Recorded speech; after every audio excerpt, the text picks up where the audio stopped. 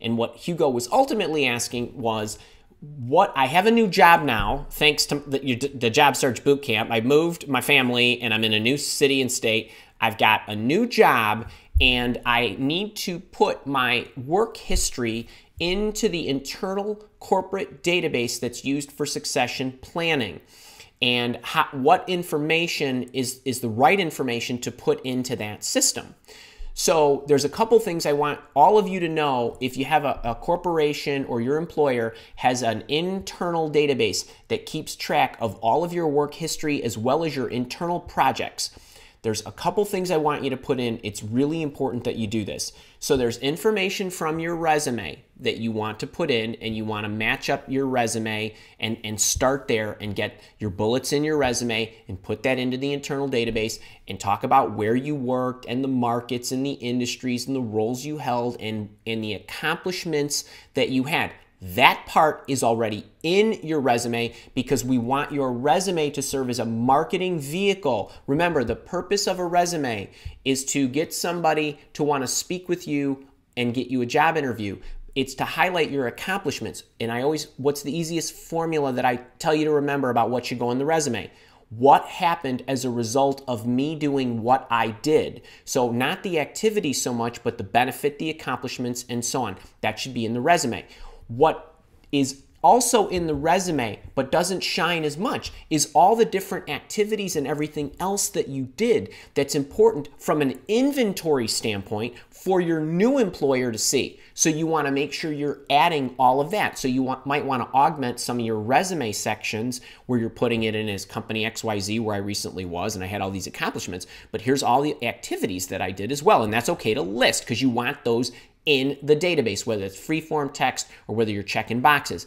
Then what I want you to do is I want you to get my Career Achievements Journal. You can access the Career Achievements Journal. You can either Google Career Achievements Journal and LaCivita, it'll come up, or you can check out a video called Get Promoted with this Resume Building Tool.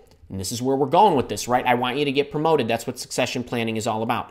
So what's inside the Career Achievement Journal are the 14 most important elements to capture about every project that you do. So as you start your new job, or you could start it today, it doesn't matter if you're midstream, it makes no difference. Get the Career Achievements Journal and start documenting all these important elements. I'm not going to go into the 14 items because they're in the journal, but it's, what was the business problem? What was the project setup? Who were the stakeholders, right? What were the benefits? What did you do? What were the things that you learned? All these elements, you want to capture that. It's like a diary for every project, and then take that information and put it into your succession planning database so that your employer can actually see not only the activities that you're currently doing and have done historically, but also everything that was related to it, because the people at your employer, they're going to come and go too, right? There's going to be some turnover. You might have a new boss. You might have somebody who doesn't know you. Now you can look at that. They'll have all the right context to truly understand not only what you did, but the impact that had, the level of importance those projects were. So I hope that helps you. It's really important that you get that information in. So all your stuff from your resume, then augment it with making sure you've got all your activities listed. You want to put some soft skills in. All that good stuff's great. And then the second thing is make sure you get the Career Achievements Journal. And we'll put the links here somewhere.